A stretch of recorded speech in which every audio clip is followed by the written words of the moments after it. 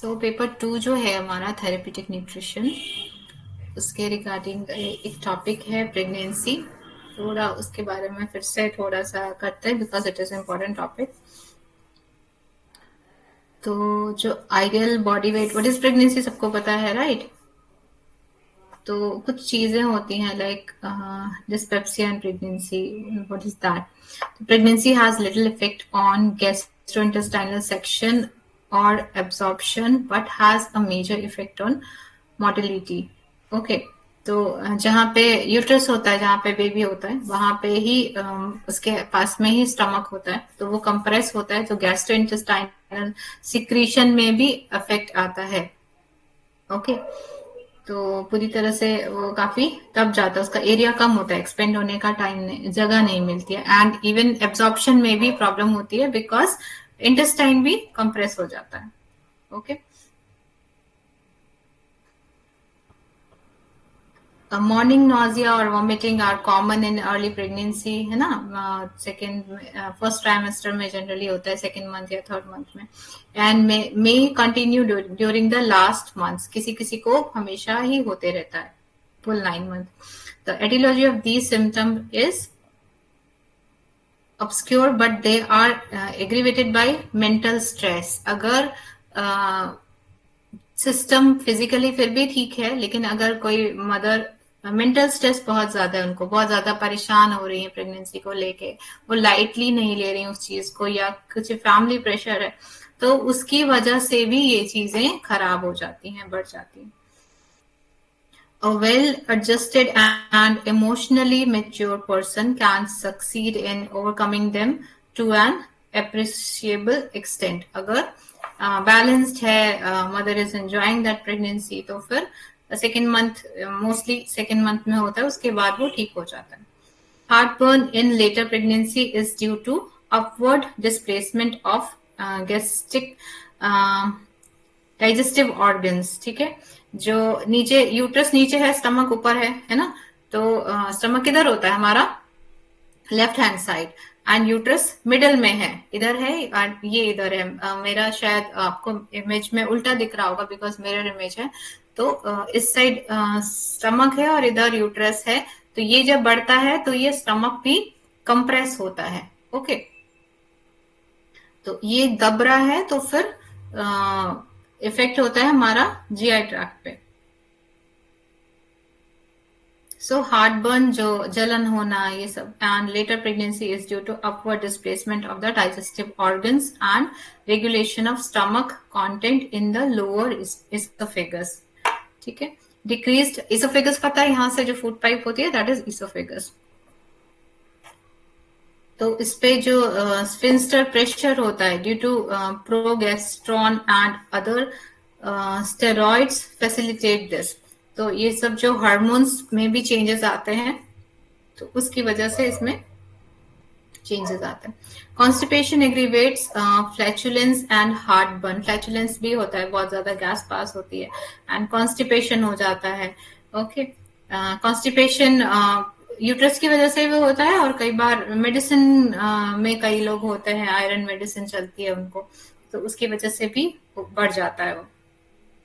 Frequent small and easily digestible food, adequate food, fluid, dried fruit like prunes, figs and apricots, and hydrophilic colloids help relieve constipation. तो fruits mainly include करना है diet में, और ये सब चीजें इनको नॉर्मलाइज करेंगी। ठीक है, एंड मेनली एडिक्वेट फ्लूइड। सबसे पहला ट्रीटमेंट कॉन्स्टिपेशन के लिए फ्लूइड है, तो पानी अच्छे से पीना है, या फिर कोई भी फॉर्म में लिक्विड चलेगा, like dark water that means coconut water, या कोई भी natural liquid.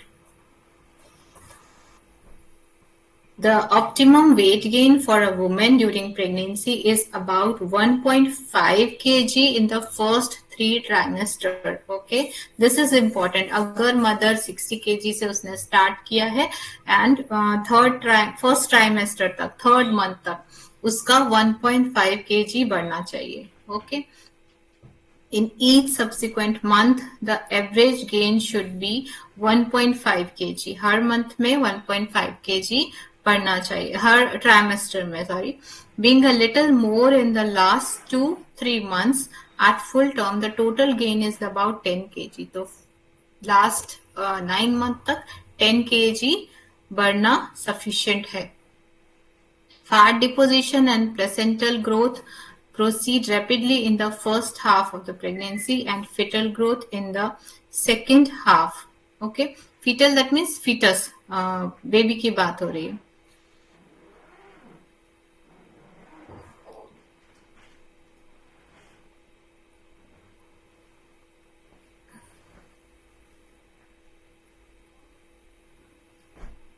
With excessive vomiting in early pregnancy, a slight loss of weight may occur because खाना absorb नहीं हो रहा है, तो इसलिए weight gain नहीं हो रहा है. Sudden changes in weight, either gain or loss, may be harmful. अगर अचानक से बढ़ गया और loss हो गया अचानक से, तो बेबी के लिए harmful हो सकता है. Lactation enhances postpartum weight loss in breastfeeding continues for last 6 months. Low weight in pregnant women result in premature rupture. अगर कम वेट गेन हुआ मदर का तो बेबी पहले हो सकता है, प्रीमेच्योर डिलीवरी हो सकती है. And a premature and underweight infant pregnancy, underweight infant होगा. फिर prenatal dietary supplement of malnourished African women improve fetal birth weight. Like African women में जो growth है बेबी का वो अच्छा रहता है. Low birth weight result in higher risk of death compared to normal weight infant. तो अच्छा वेट गेन मदर का होना चाहिए अराउंड 10 kgs. लेकिन वेट गेन भी ऐसा डाइट से करना है जिसमें प्रोटीन्स भी हो. ओके, तो अगर बहुत ज्यादा से फैट खिला के मदर का वेट गेन करेंगे तो वो फैट डिपोजिशन होगा, बेबी के लिए भी हार्मफुल है एंड मदर के लिए भी वो जीडीएम होने के चांसेस हो जाएंगे. जीडीएम दैट मीन्स जो प्रेगनेंसी के टाइम में डायबिटीज होता है उसको जीडीएम बोलते हैं. DM means diabetes mellitus. And G for gestational, GDM that means gestational diabetes mellitus. Gestational that means जो gestational period में है, सिर्फ प्रेगनेंसी पीरियड में रहता है, उसके बाद वो अपने आप ठीक हो जाता है. लेकिन जिन मदर को GDM होता है, gestational diabetes mellitus होता है, उनके चांसेस रहते हैं कि लेटर ऑन उनको लाइफ में डायबिटीज होने के चांसेस हो सकते हैं एंड बेबी के भी चांसेस हो सकते हैं. तो ऐसे लोग को अपना वेट मेंटेन करके रखना चाहिए. फास्टिंग ड्यूरिंग प्रेगनेंसी, अगर फास्टिंग करेंगे तो क्या होगा? Cause more rapid fall in of plasma glucose as compare to fall in normal women. This is अगर मैं फास्टिंग करूंगी तो मेरा इतना जल्दी ग्लूकोज कम नहीं होगा जितना जो प्रेग्नेंट वुमेन है उनका जितना जल्दी फॉल होगा ग्लूकोज, बिकॉज वहां पे डबल सप्लाई हो रहा है. This is probably because a glucogenic amino acid alanine. So fasting should be restricted in pregnancy.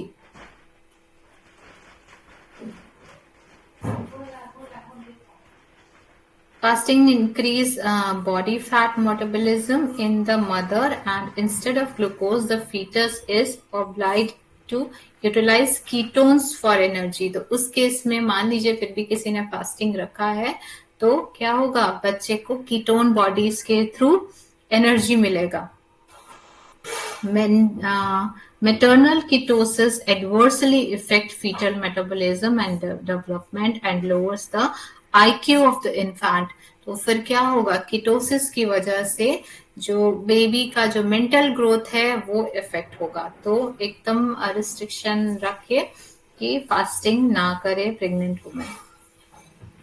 Hence, severe restriction of calories to reduce weight during pregnancy is harmful.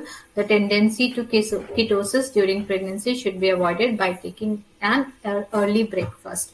तो 2-3 चीजें ध्यान में रखनी है. फर्स्ट ऑफ ऑल फास्टिंग नहीं करना है. Second thing, breakfast जल्दी करना है जिससे कि जो नाइट की जो फास्टिंग है वो ड्यूरेशन कम हो. ठीक है, क्योंकि अगर लेट से ब्रेकफास्ट करेंगे तो मदर भी आप देखेंगे इरिटेटेड रहती है, क्योंकि उनका ग्लूकोज लेवल डाउन है उस टाइम। तो जल्दी ब्रेकफास्ट करना है, जिससे कि उस टाइम जो इरिटेशन हो रहा होता है, जब सप्लाई नहीं हो रही है, तो कीटोन बॉडी यूज हो रहे होते हैं, तो that is not good for mother and baby.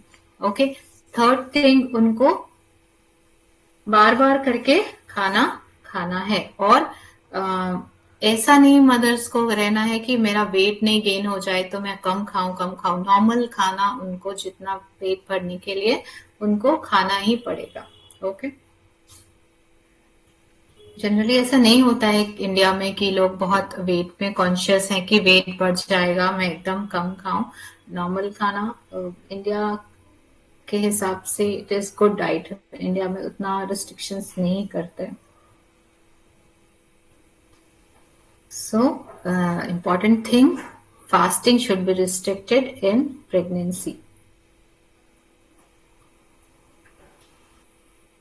A 3.2 kg full-term infant is born with about 300 ml blood. ठीक है, अगर कोई बच्चा है जिसका वेट 3.2 है तो उसके बॉडी में 300 ml ब्लड होगा, 500 ग्राम प्रोटीन होगा एंड 30 ग्राम कैल्शियम होगा, 15 gram phosphorus and about 30 to 400 mg iron. Iron stores इनका काफी अच्छा होना चाहिए, बिकॉज फर्स्ट 6 मंथ तक बेबी को तो हम कुछ भी आयरन सोर्स नहीं दे रहे होते, मिल्क पे होता है वो जस्ट। तो milk is very negligible with iron. तो प्रेगनेंसी ड्यूरेशन में उनको आयरन रिच फूड प्रॉपर होना चाहिए, जिससे बेबी के बॉडी में स्टोर रहे properly iron. It should be around 400 mg। Ma'am एक बार रिपीट करो ना।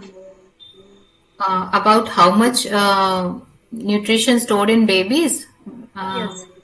ओके, सो इन्फेंट की बात हो रही है, यहाँ बेबी नहीं बोलेंगे, इन्फेंट बोलेंगे। तो एक जो बेबी है जो 3.2 kg का बॉर्न हुआ है, मेरी जो एल्डर डॉटर है, she was at birth 3.2 kg, उसका एग्जांपल लेके हम कर सकते हैं। She born at the age of at the weight 3.2 kg। Okay, full term pregnancy like 9 month के बाद होना, that is called full term pregnancy. ठीक है, एंड उनकी बॉडी में उस टाइम 300 ml ऑफ ब्लड था। एंड सेकेंड थिंग, प्रोटीन्स कितना होगा इतने वेट वाले बच्चे में? तो 500 ग्राम प्रोटीन होगा। प्रोटीन मीन्स सारे जो सेल्स हैं उनको हम मानेंगे 500 grams of protein. Okay, 30 gram of calcium. Calcium means bone की जो बोन के अंदर जो कैल्शियम है, that is 30 gram. Okay, and 15 gram phosphorus, ये भी उनके बोन में है एंड ब्लड में रहता है, negligible. And about 300 to 400 mg iron. How much iron? 300 two, मैं फिर से एक बार धीरे से बोल देती हूँ slowly. Weight 3.2 kg, it is ideal body weight. Okay, एक रेंज है, ऐसा नहीं कि 3.2 ही परफेक्ट है, एक रेंज होता है। तो 3.2 एक एवरेज वेट है। 3.2 kg, blood will be 300 ml। Okay, second thing, protein 500 gram.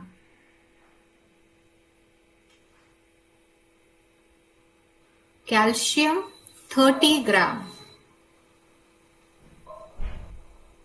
Phosphorus 15 ग्राम। तो कैल्शियम एंड फॉस्फोरस से मिलके बोन्स बनती हैं। टीथ तो बच्चे में होता नहीं है। ओके, तो वहां पे टीथ को हम काउंट नहीं करेंगे। And about 300 to 400 mg iron, ये उनकी बॉडी में होता है, हमें ये देना नहीं है। वो इतना लेके बॉर्न होते हैं, इट इज एवरेज जो होना चाहिए। ठीक है, तो 300 to 400 mg आयरन के साथ वो बॉन्ड होते हैं और अगले 6 मंथ तक वो उसी से काम चलाते हैं। ओके, एंड उस बीच में हमें उन्हें आयरन नहीं देना होता है, वो सिर्फ मदर्स फीड पे रहते हैं। तो मदर का ड्यूरिंग लाइक प्रेगनेंसी जो उनकी मदर रही, वो उनका डाइट बहुत अच्छा होना चाहिए, जिससे कि बच्चा इतना स्टोर लेके पैदा हो। ओके, लाइक मदर जो है प्रेगनेंसी के पीरियड में हमेशा अगर एवरेज निकाला जाए उनका 12 अराउंड रहने से बहुत अच्छा है, नहीं भी तो 11 अराउंड रहना बहुत जरूरी है। लास्ट में डिलीवरी के टाइम तो उनको 11 12 रहना चाहिए। ओके, तो एवरेज में उनको 11 तो रहना ही चाहिए, उससे नीचे नहीं होना चाहिए। तो उतना रहने से बेबी जब बॉर्न होगा तो उसका मेंटल लेवल भी अच्छा होगा एंड उसका इम्यूनिटी भी अच्छा होगा। तो ये चीजें ध्यान में रखनी है, क्योंकि जो फर्स्ट 1000 डेज है इन्फेंट के, ओके, एंड फीटस को मिला के, फीटस मतलब जब वो पेट में था, तो इनका जो फर्स्ट 1000 डेज होता है दैट इज वेरी इंपॉर्टेंट। मतलब 365 तो आपका एक साल में होता है ना, तो 9 मंथ से थोड़ा कम आपका पेट में निकल गया है ना। तो मदर को उस टाइम बहुत अच्छे से खाना है, अच्छी डाइट लेनी है, like all vegetables, variety of fruits जिनके कलर्स अलग है, एंड सीरियल्स तो हम लेते ही हैं, उसमें प्रॉब्लम नहीं होती है जनरली, तो वो लेना है। एंड स्ट्रेस नहीं होना चाहिए, दे शुड बी हैप्पी। जो मैं डाइट काउंसलिंग, जो मेरे पेशेंट्स होते हैं, प्रेग्नेंट पेशेंट्स होते हैं, जनरली जीडीएम वाले ही होते हैं मोस्टली, जिनको डायबिटीज होता है, उसके बाद डॉक्टर रिकमेंड करते हैं, then they come to me. And जो नॉर्मली अगर आते हैं तो भी जो डाइट फॉलो करके जिनके बच्चे होते हैं, उनके बच्चे ज्यादा एक्टिव एंड ज्यादा स्मार्ट होते हैं। ठीक है, मैंने बहुत सारे केसेस देखे हैं, पेशेंट आल्सो टेल मी कि बच्चे ज्यादा हेल्दियर तो है ही, साथ में दे आर मोर एक्टिव, क्योंकि उनकी मदर उन्होंने अच्छा डाइट फॉलो किया। Generally they come, mostly they come after like first trimester के बाद ही आते हैं। नहीं, बहुत कम ही होते हैं जो शुरू से ही आते हैं, प्लानिंग के टाइम से आ जाते हैं, ऐसा बहुत कम होता है। लेकिन mostly they come after first trimester, like वो अपने 4th मंथ से आते हैं। तो वैसे जो बच्चे हैं, अगर उन 6 मंथ में भी उन्होंने अच्छा खाना खाया तो उनके बच्चे बहुत हेल्दी होते हैं, उनका इम्यून अच्छा होता है और उनकी ग्रोथ अच्छी होती है, एक्टिव होते हैं, मेंटली स्मार्ट होते हैं। तो क्योंकि उनको पेट में उनको अच्छा डाइट मिला है। आफ्टर दैट बर्थ होने के बाद भी उनको 1 साल तक बहुत अच्छी डाइट होनी चाहिए, बिकॉज जो फर्स्ट ईयर है I am so sorry, birth होने के बाद, तो उस टाइम में सबसे ज्यादा ग्रोथ होता है, पूरी लाइफ में जो ग्रोथ होता है उसके कंपैरिजन में फर्स्ट जो ईयर है बर्थ का, तो उस ईयर में सबसे ज्यादा रैपिड ग्रोथ होता है। जो बच्चे का ब्रेन होता है वो सिर्फ 5 साल तक ही ग्रोथ होता है। ठीक है, जो फिजिकल उसका जो स्ट्रक्चर है वो 5 साल में जितना साइज बड़ा होना था हो चुका होता है, उसके बाद हम कुछ नहीं कर सकते।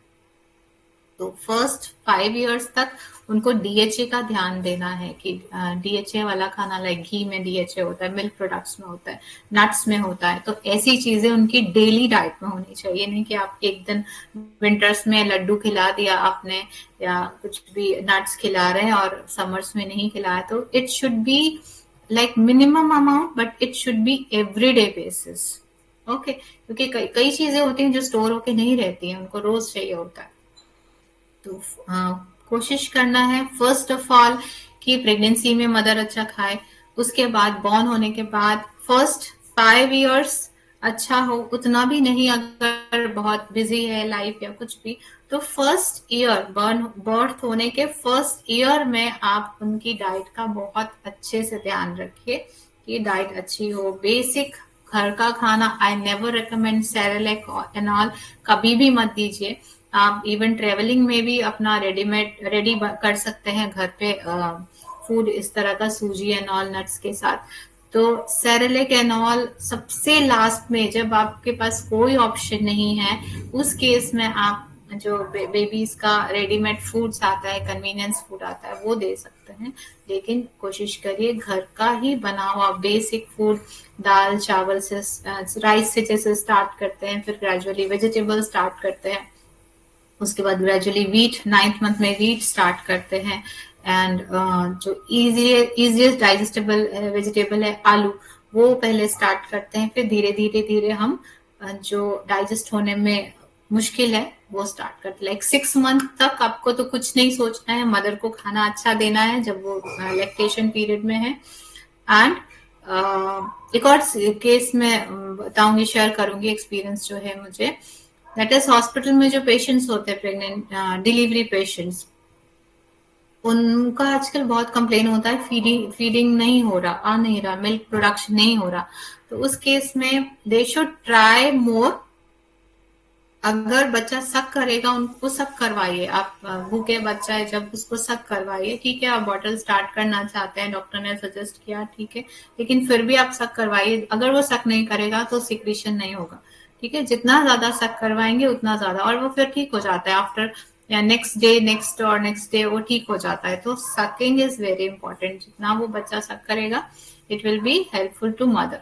एंड जो फीड करा रहे हैं मदर, उनका भी सब कुछ, यूट्रस ठीक होना, साइज में आना, एंड ओबेसिटी को कंट्रोल होना, ये सब हेल्प करता है। तो दोनों के लिए ही बहुत अच्छा है अगर मदर करा सकती है तो आई रिकमेंड कि फर्स्ट 6 मंथ कुछ भी मत दीजिए। बहुत पहले जमाने में 4th मंथ से कन्वीनिंग स्टार्ट किया जाता था, लाइक बच्चे को खाना खिलाना आउटसाइड फूड।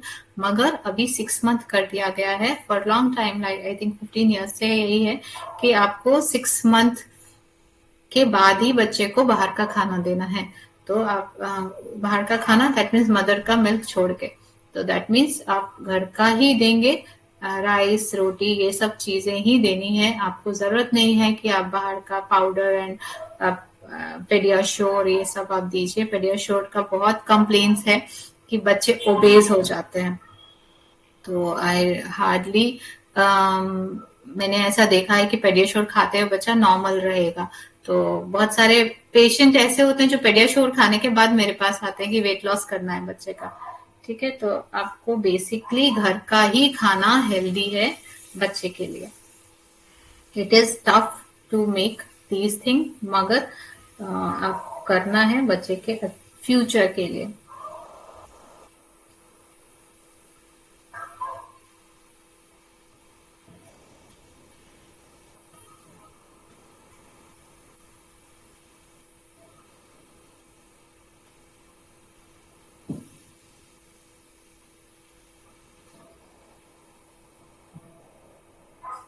जो एडिशनल कैलोरीज ऐड ऑन होगा वो आपके पीडीएफ में दिया हुआ है, कितने कितने बार कितना कैलोरीज ऐड ऑन होता है।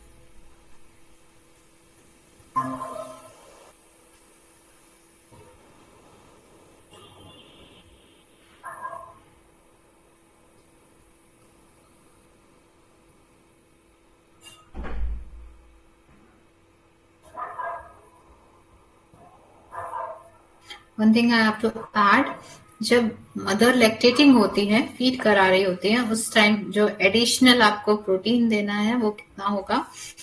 तो जो मदर मिल्क है उसमें 1% प्रोटीन होता है। ओके, तो the daily excretion of protein is 10 gram in about 1 litre milk. Okay, 1 litre milk अगर एक्सक्रीट हो रहा है तो 10 ग्राम प्रोटीन जा रहा है बॉडी से।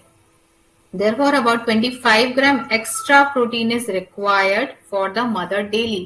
तो दैट मीन्स अगर कोई मदर है जिनका वेट 50 kg है तो उनको 50 ग्राम तो लगेगा ही प्रोटीन, प्लस 25 ग्राम एक्स्ट्रा प्रोटीन लगेगा।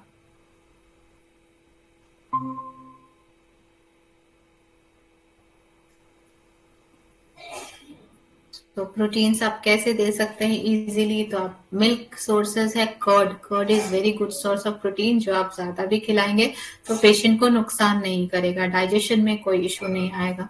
तो कोई 1 मील या 2 मील में आप छाछ या दे सकते हैं, कड़ी दे सकते हैं।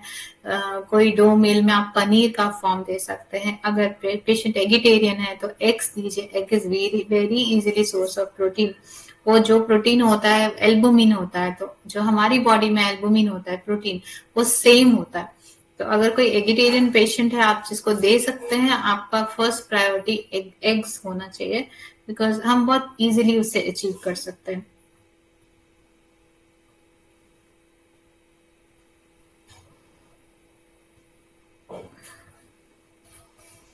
So these are all thing about this. So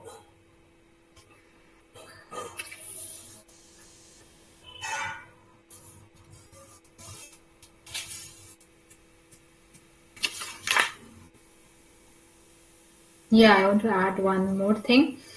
Caffeine readily crosses the placental barrier. ठीक है, प्लेसेंटा के अंदर होता है बेबी, है ना, तो उसको उसके अंदर कैफीन जा सकता है, ठीक है। तो caffeine is harmful for baby. बहुत सारी चीजें हैं जो बेबी तक नहीं पहुंच सकती हैं जो हार्मफुल है, लेकिन कैफीन ऐसी चीज है जो बेबी तक भी पहुंच जाएगा। तो आप इसका कंजम्पशन, मैं जो बोलती हूँ पेशेंट्स को, 0 कैफीन, ओके। लेकिन अगर एडिक्टेड है patient, maximum 2 cups a day, उससे ज्यादा नहीं। Consuming over 600 mg caffeine per day may result in spontaneous abortion, ठीक है। तो ये अबॉर्शन करा सकता है, स्टिल बर्थ करा सकता है, प्री मेच्योर बर्थ करा सकता है, एंड बर्थ डिफेक्ट भी करा सकता है। तो बच्चे में कुछ भी डिफेक्ट हो सकता है, या फिर जल्दी डिलीवरी हो सकती है, या फिर इमीडिएट अबॉर्शन के लिए जो मैंने क्वांटिटी बताया 600 mg अगर कोई खा ले तो इमीडिएट अबॉर्शन भी हो सकता है।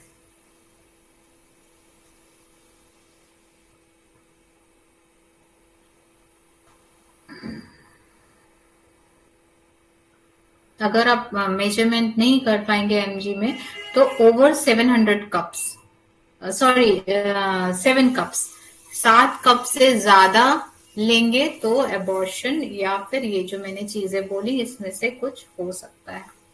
तो caffeine are strictly restricted.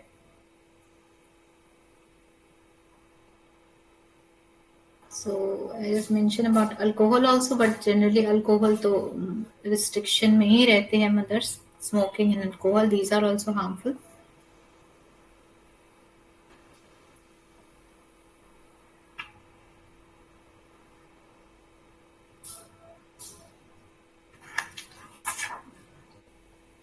So caffeine जब आप डाइट बनाए किसी का भी, तो आप ये मेंशन करें नोट में कि caffeine should be restricted, T and coffee should be restricted. T भी आप फिर भी दे सकते हैं 2 पर डे, बिकॉज ये सब टी भी इसलिए मना करती हूँ मैं क्योंकि गैस फॉर्मेशन बहुत होता है इनसे। ऑलरेडी पेशेंट का जो स्टमक है, इंटेस्टाइन ऑलरेडी कंप्रेस है, उसको मुश्किल से एब्जॉर्प्शन करने में मुश्किल हो रही है, ऊपर से आप और टी कॉफी दे देंगे तो वो और हार्म होगा। तो अगर पेशेंट एडिक्टेड है तो ठीक है, आप अलाउ कर दीजिए टी, मगर कॉफी बिल्कुल रिस्ट्रिक्शन में रखिए।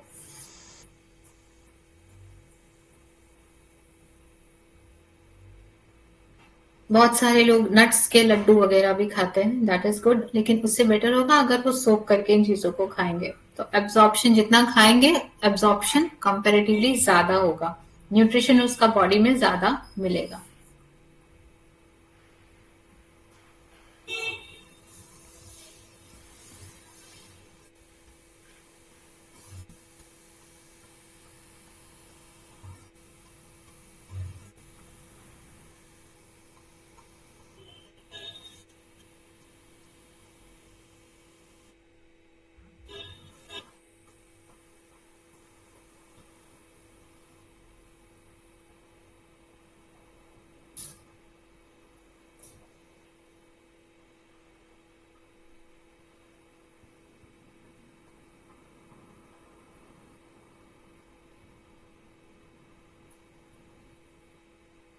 डायबिटीज इन प्रेगनेंसी, ये चीज हमने पहले भी बताई है, इसके बारे में डिस्कस किया है कि शुगर लेवल नॉर्मल होना उस टाइम बहुत जरूरी है। तो बहुत ज्यादा शुगरी थिंग्स मत खाइए, ओके, एंड बहुत इनएक्टिव मत रहिए इस टाइम में, या रेकमेंड मत करिए। तो मूवमेंट रहने से जो पैनक्रियाज है जिसका काम है इंसुलिन सिक्रीट करना, वो अच्छे से काम कर पाता है, ज्यादा काम कर पाता है। तो थोड़ा मूवमेंट में रहना है दिन भर। एंड जब इन केस अगर उनको डॉक्टर ने रेस्ट नहीं बोला है तब तक, अगर रेस्ट बोला है तो ऑब्वियसली रेस्ट करना है।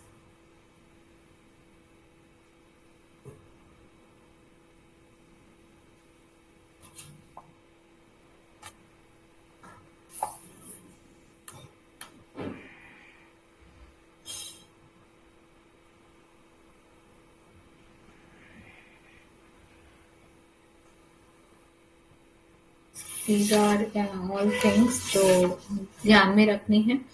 मेनली अनीमिया का ध्यान रखना है, आयरन इनटेक का.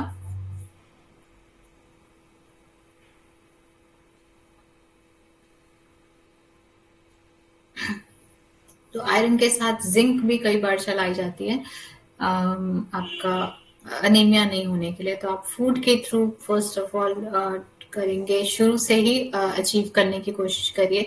नट्स एवरीडे बेसिस पे रखिए. जब से पेशेंट आपका प्लान कर रहा है उधर से ही अगर स्टार्ट कर दिया जाए, क्योंकि अगर पहले से ही माइनस में स्टोर होगा बॉडी में, तो जब डिमांड ज्यादा होगी तो क्या होगा, वो और माइनस में जाएगा, बिकॉज अचानक से बहुत ज्यादा कंजम्पशन होने लगता है.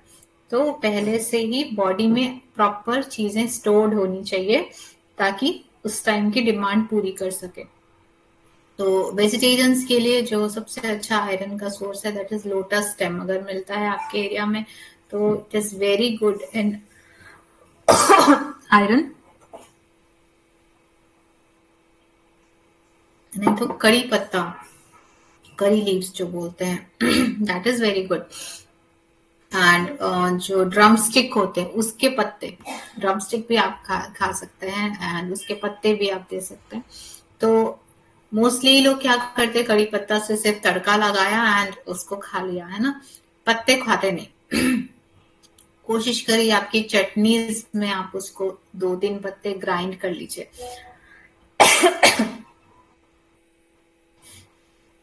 तो ग्राइंड करेंगे तो उसमें जो आयरन कंजम्पशन है आपका बढ़ जाएगा. तो हमेशा कोशिश करिए आप उसको ग्राइंड भी करिए. Chutney is very easy option to consume kadi patta. बच्चों को ध्यान रखिए आयरन का, बिकॉज उनका मेंटल लेवल के लिए आयरन बहुत जरूरी है. उनका लर्निंग कैपेसिटी उसके लिए उनका आयरन ऑप्टिमम होना जरूरी है. आप चाहे तो समटाइम्स आप टेस्ट करा सकते हैं उनका कि अगर कम है तो आपको फिर एक्स्ट्रा डोज देनी पड़ेगी आयरन की, राइट, डाइट के थ्रू. तो आप कई बार अगर बच्चा लग रहा है कि बहुत कंफ्यूज हो रहा है, भूल रहा है चीजें, तो एक बार उनका टेस्ट कराइए. अगर आयरन कम आ रहा है तो उनकी डाइट में आयरन बढ़ाइए. एंड अगर आप नहीं कराना चाहते टेस्ट फॉर सम रीजन, आप पहले से ही, क्योंकि आयरन एक्सेस रेयरली ही किसी को होता है. टॉक्सिसिटी आयरन की नहीं होती है. ऐसा नहीं हो सकता कि किसी को आयरन बहुत ज्यादा होने से कुछ बीमारी हो गई. तो टॉक्सिसिटी किसी स्पेशल केसेस में होता है जिनको पहले से हेरिडिटरी कोई बीमारी है, वो बचपन से ही पता चल जाता है. तो आप अच्छे से एवरीडे बेसिस पे आप 2-3 करी लीव्स अपने खाने में ऐड करिए एंड वो शेयर भी तो होगा फैमिली में. तो एवरीडे बेसिस में आपका कुछ आयरन कंटेंट होना ही चाहिए आपकी डाइट में. एंड जो नॉन वेजिटेरियन है, नॉन वेजिटेरियंस के लिए एक प्लस पॉइंट होता है कि non veg is very good source of iron and protein. Combination होता है दोनों का, तो फिर उनका इजीली हीमोग्लोबिन एंड ऑल ठीक रहता है. तो हीमोग्लोबिन बच्चे का सही होना चाहिए.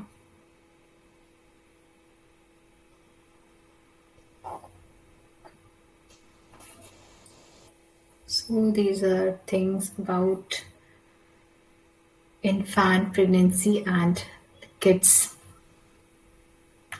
And during adolescent age जो हमने पहले भी डिस्कस किया है कि उनका आयरन, प्रोटीन, ये दोनों चीज पे बहुत ध्यान देना है. कार्ब्स तो ले ही लेते हैं सब लोग कहीं ना कहीं से.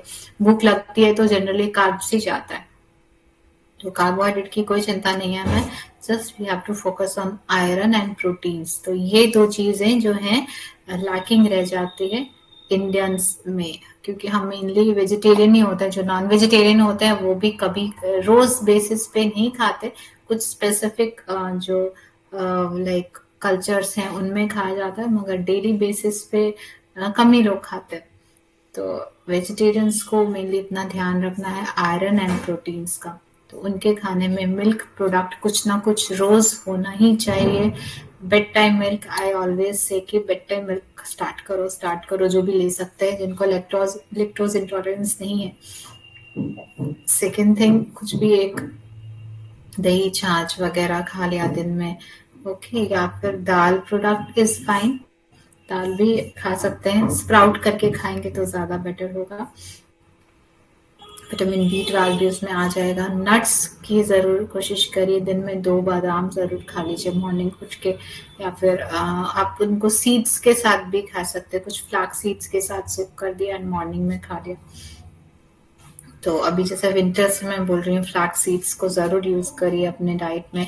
आप उसको रोस्ट करके पाउडर बना के रख लीजिए और किसी भी दाल में, कर्ड में आप ऐड कर सकते हैं उसको। That is very good for good fatty acids and omega fatty acids and iron rich है वो, fiber rich है, तो that is good for every person, like old age से लेकर छोटे बच्चों तक। That is a gem of the Indian food. So we can say half teaspoon of flaxseed powder every day and keep doctors away. So we can say that also. Ma'am flaxseed को अलसी भी कहते हैं ना, अलसी है ना उसका हिंदी हाँ में? जी, हाँ जी, अलसी के बीज।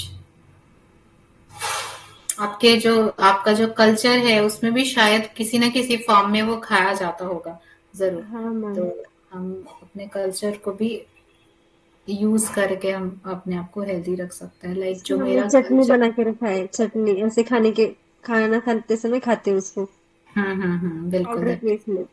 हाँ, अपने बच्चों, आपके बच्चे हैं छोटे अगर, तो उनको भी जरूर खाने के लिए उनको आदत डालिए।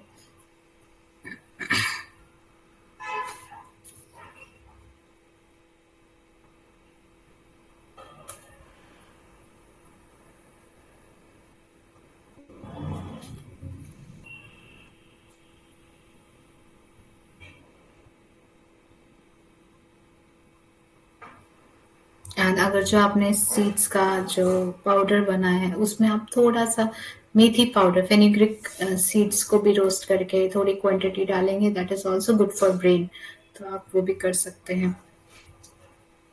इवन विंटर्स में आप मेथी लीव्स भी यूज कर सकते हैं एंड समर्स में आप थोड़े मेथी सीड्स, जनरली मेथी सीड्स इंडियन फूड में हम तड़का के लिए यूज करते हैं, लेकिन हम उसको खाते नहीं, बच्चे समटाइम्स खाते नहीं, तो उसका पाउडर करके हम थोड़ा सा भी pinch of methi powder, fenugreek seeds का पाउडर अगर हम खाने में चाहें तो, अगर वो 4 लोगों में भी डिवाइड हो रहा है तो दैट इज सफिशिएंट। तो आप उसको भी आप अपने मसालों में भी आप ऐड कर सकते हैं, मेथी पाउडर। तो आप एवरीडे बेसिस पे आपको अलग से एफर्ट का डालने की जरूरत नहीं पड़ेगी, है ना।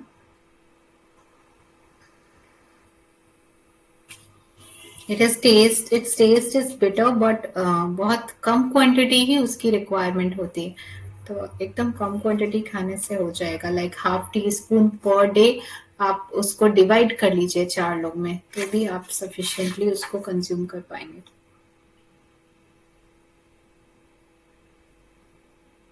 सो we are Indians are very rich in nutrition. हमारे पास बहुत वैरायटी ऑफ वेजिटेबल्स है, वैरायटी ऑफ सीरियल्स है। तो उन सबको, जो आपका लोकल एरिया का है, उसको जरूर यूज करिए। इनकरेज करिए अपने पेशेंट्स को कि आप का जो लोकल एरिया का, लाइक यहाँ पे 2-3 कल्चर है, सिक्किम भी है, बिहार भी है, वेस्ट बंगाल भी है। तो 3 जगह से पेशेंट्स होते हैं, तो जो उनके एरिया का है, like from Sikkim they have kodo, that is a kind of millet. तो जो आजकल लोग नहीं खा रहे हैं चीजें, अभी थोड़ा सा अवेयर हो रहे हैं तो खाना स्टार्ट करा, बट बहुत से पेशेंट्स को जब मैं बात करती हूँ कोडो, तो नहीं, वो तो हम नहीं खाते, दैट इज लाइक ऐसा लगता है जैसे पुअर पीपल फूड है काइंड ऑफ। तो आई एनकरेज देम कि वो खाएं। Black rice is available in Sikkim, तो अभी वो मिलना बहुत कम हो गया है, कल्टीवेशन भी कम हो गया है। तो black rice is also very good for fibre and iron.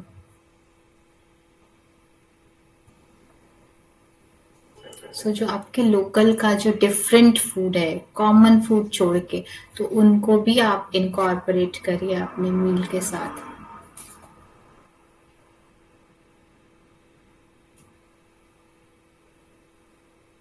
अगर आपको कोई लोकल फूड मिल रहा है, बेरीज बहुत तरह की है इंडिया में, छोटे बेर होते हैं, बड़े बेर होते हैं, हम वो सब नहीं लेके हम बाहर के फ्रूट्स जो होते हैं, ग्रीन एप्पल एंड इसके लिए फैंसी होते हैं, but they are more nutritious than green apple. जब वो बाहर से ट्रेवल करके आ रहा है आफ्टर अ मंथ, तो उसमें न्यूट्रिशन उतना नहीं बचा।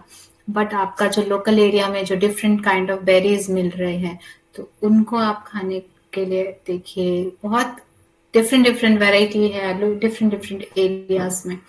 तो एक फ्रूट होता है, शहतूत बोलते हैं उसको हिंदी में, तो that is also very nutritious, but that is not available in freely in market. बहुत कम देखने मिलता है, because that is very perishable, जल्दी से खराब हो जाते हैं। तो उसको आप कभी लोकल एरिया में ही, कहीं गार्डन में ही आपको मिलेगा। फॉरेन कंट्रीज में दे हैव, बट इंडिया में हम सिर्फ एप्पल के पीछे ही रहे बहुत सालों तक, शायद इसीलिए ये सब चीजें गायब हो चुकी हैं। सो एप्पल्स सिर्फ विंटर्स में खाइए, till September to January and February, उसके बाद खाने की कोई जरूरत नहीं, बिकॉज वो कोल्ड स्टोरेज से आते हैं, बहुत सारे केमिकल्स के साथ आते हैं। तो that I don't recommend apples after Feb.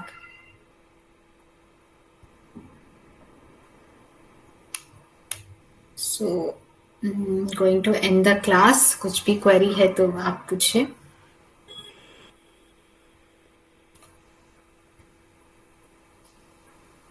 Ma'am, या प्रेग्नेंट मदर का अगर डाइट प्लान कर रहा है तो उनका कितना मील देना है उनको? उनके लिए भी 6 मील रिकमेंडेड है। कोशिश करिए, अगर पेशेंट 6 मील खाने के लिए रेडी है, लाइक जो वर्किंग नहीं है, even working patients are also ready to take 6 meal, आप उस तरह से आप उनको काउंसिल करिए।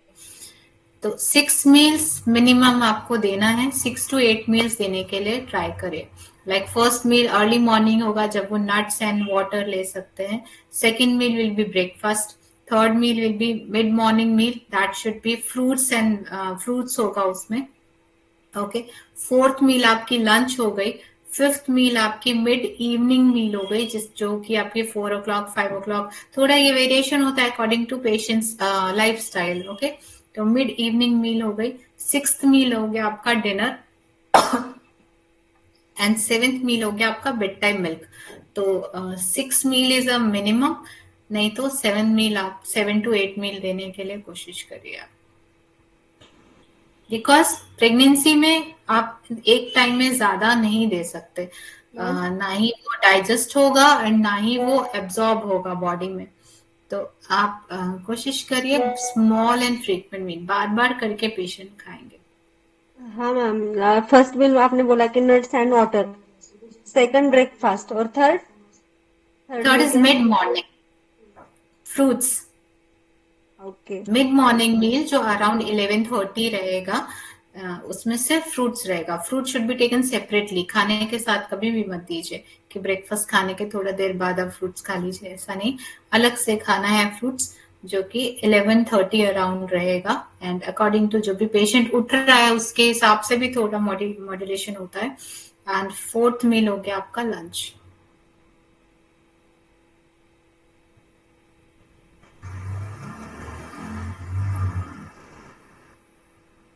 और कुछ क्वेरी है रिलेटेड दिस?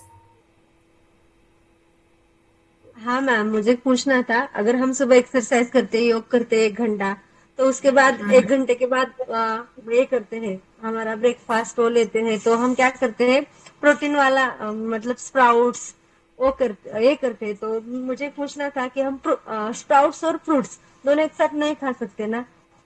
नहीं खा सकते। हाँ, आप तो फ्रूट्स को बाद में ले लीजिए। हाँ हाँ, और एक पूछना था मुझे, प्रोटीन के लिए स्प्राउट्स का मतलब स्प्राउट्स अच्छा है, उसके साथ एग्स है, और फिर मतलब दूसरा और कौन सा है प्रोटीन के लिए सुबह हम ले सकते हैं ब्रेकफास्ट में? कर्ड ले सकते हैं आप उसके साथ में। Curd, okay. या मतलब डेली तो हम स्प्राउट्स नहीं खा सकते ना, हफ्ते में मतलब। कर्ड ले सकते हैं, पीनट चटनी ले सकते हैं आप। Peanut is also good for proteins. And आपका स्प्राउट्स हो गया, आपका सत्तू वाटर आप ले सकते हैं आपके खाने के साथ। सत्तू इज रोस्टेड चना पाउडर, ब्लैक ग्राम जो बोलते हैं। हाँ, तो वो पाउडर होता है, तो you can take that. Even you can have some milk with your breakfast. Paneer milk का इज भी वेरी ले गुड। सकते हैं ना? पनीर भी सॉरी, ऐसे, पनीर भी पनीर ले सकते हैं बिल्कुल। ना? बिल्कुल बिल्कुल ले सकते हैं। अभी क्या कर रही हूँ मैं खुद का ही मतलब डाइट प्लान कर रही हूँ। मतलब मैं ऐसे ही मतलब मेरा भी सुबह का ब्रेकफास्ट है, फिर बाद बाद दोपहर का लंच है और रात का डिनर है, तो इसमें मुझे एटलीस्ट कम से कम 20 ग्राम प्रोटीन मिलना चाहिए मुझे। इस तरह से मैं बिल्कुल। मेरा खुद का प्लान कर रही हूँ। Very good. एंड हाँ उसके तो बाद आप 1 महीने बाद आप अपना ब्लड टेस्ट कराइए, सब कुछ नॉर्मल होगा। आई थिंक आपने ही मुझे बताया था सब कुछ हाँ हाँ नॉर्मल है। हाँ हाँ नॉर्मल है। या हम्म, मेरा बहुत मतलब बहुत, मैं घर पे भी सबका, मेरे फैमिली का सबका डाइट पे मेरा मतलब विशेष ध्यान रहता है घर में बहुत सबके लिए। अच्छा है, उससे वो अपना प्रॉपर काम कर पाएंगे एंड अपनी लाइफ में जो भी कर रहे हैं गोल्स वो इजीली अचीव कर पाएंगे, उनको इजी इजी होगा कंपैरेटिवली बाकियों हाँ से। एक तो मतलब अच्छी आदत हो गई है, मतलब जो भी खाया ना तो सर्च करती हूँ कि इसमें न्यूट्रिशनल या वैल्यू कितना होगा, तो उसके वेरी हिसाब गुड, से मुझे थोड़ा थोड़ा समझ आ रहा है। Very good, that is very good कि आप जो भी खा रहे हैं तो उसमें थोड़ा स्कैन करिए अपने खुद से दिमाग से हाँ कि हाँ इसमें हाँ। क्या क्या चीजें खा रहे हैं, है ना। अपने बच्चों को भी ये आदत अभी डालिए। मैंने क्या किया है, मेरा सुबह का एक्सरसाइज होने के बाद मैं स्प्राउट 1 घंटे के बाद स्प्राउट का लेती हूँ। फिर 1 घंटे के बाद एक फ्रूट, दिन में कौन सा भी एक फ्रूट खाती हूँ 12 के पहले। और फिर बाद में 12:30 1 बजे के बीच में खाना खाती हूँ, मतलब है लंच। और फिर इवनिंग में स्नैक्स में नहीं कुछ लेती मैं, मतलब मैं ग्रीन टी टी कुछ भी नहीं लेती, पहले से ही नहीं लेती। डायरेक्ट 7 साढ़े 7 बजे को मतलब रात का खाना खाती हूँ। तो उसमें भी हम्म। सिंपल मेरी ज्वारी की हमारी रोटी रहती है, गाँव मतलब हमारा लोकेशन मतलब गाँव का ये है ना ज्वारी, तो ज्वारी की हम्म। रोटी और सिंपल सब्जी वो ऐसे खाती हूँ, salad. Jowar is very rich in calcium. हाँ ना। ज्वार की आप न्यूट्रिशन वैल्यू देखिएगा, दैट इज वेरी गुड। आप अगर सिर्फ सेपरेटली ज्वार खा सकते हैं तो बहुत अच्छा है, नहीं तो जो नहीं खा सेपरेट सकते। ज्वार खाते हैं हमारे साइड में, मतलब हमारा जो जिला है ना वहाँ उस साइड में 2 टाइम वहाँ पे बनता है, पर हम एक ही टाइम बनाते हैं ना रात को। पर सेपरेट ज्वार खाते हैं हम। That is good. कोई भी आप सीरियल और आइटम बेड अगर टाइम। सेपरेटली खाएंगे दैट इज मोर और रिकमेंडेड देन मल्टीग्रेन। जैसे मल्टीग्रेन का भी ट्रेंड है ना, मगर उससे हाँ बेटर है आप मल्टीग्रेन के बजाय आप सेपरेट करके उसको सीरियल्स को खाएं, वो ज्यादा हाँ हाँ अच्छा होगा। सेपरेट ही करके खाते हैं। और बेड टाइम बिफोर सोने के पहले आधा घंटा या 1 घंटा टर्मरिक मिल्क लेते हैं, मतलब मिल्क या को इट इज मतलब हल्का सा गर्म करना है और उसमें कच्चा टर्मरिक मिलाना है और फिर बाद में पीते हैं। उसमें गुड़ दैट शक्कर कुछ भी नहीं डालते। Is very good. आई कभी ऑल्सो कभी डू घी दैट। भी, कभी कभी घी भी डालते हैं उसमें, 1 चम्मच वो घी अच्छा, डालते हैं गाय का। घी डालने की जरूरत नहीं, बिकॉज ऑलरेडी उसमें तो वही फैट है ना, जो आप घी जो आपने उसमें से निकाला है। घी हाँ तो हाँ कैसे बनता है, आपका मिल्क से ही तो बनता है, तो जो आपने उसमें से निकाला है वो एडिशनल आप डाल रहे हैं। तो आपको जरूरत नहीं है कि आप एडिशनली उसमें घी डालें। घी हाँ डालने से हाँ। आप कैलोरी बहुत ऐड ऑन कर देंगे। तो वेट लॉस ठीक है करने ठीक में है। या नॉर्मल है तो ठीक है, वेट गेन होगा तो उससे बेटर है आप नॉर्मल जो टोन मिल्क है वो लीजिए, उसमें सफिशिएंट अमाउंट ऑफ फैट है, तो उससे आपका ठीक हो है। जाएगा। अब घी आपको खाना है तो वो आप ऐसे कर सकते हैं, अगर हम दाल जब खाते हैं तो बिना तड़के की नहीं खाते, राइट। तो वहां पे आप हम्म, घी यूज करिए, तो आपका वो रिप्लेस होगा फैट का। और यहाँ हाँ हाँ मिल्क में आप घी नहीं भी डालेंगे तो यू कैन टेक दैट, है ना, तो वहां पे एडिशनल आपका फैट नहीं आएगा। तो बाकी सब तो आपकी डाइट की ठीक थी, मगर जो आप एड ऑन कर रहे हैं घी मिल्क में वो जरूरत नहीं है। वो ऑलरेडी नेचर ने उसमें दिया हुआ है पहले से सेम फैट, क्योंकि आपने उसी में से निकाला है, तो एडिशनल डालने की जरूरत नहीं है। Okay, so I am going to end the class. Thank you ma'am, और आपकी वजह से बहुत कुछ सीखने को मिला है और आगे भी सीखने को मिलेगा। या थैंक यू सो मच। या जय Shri good Krishna, good night. Night. जय श्री कृष्णा।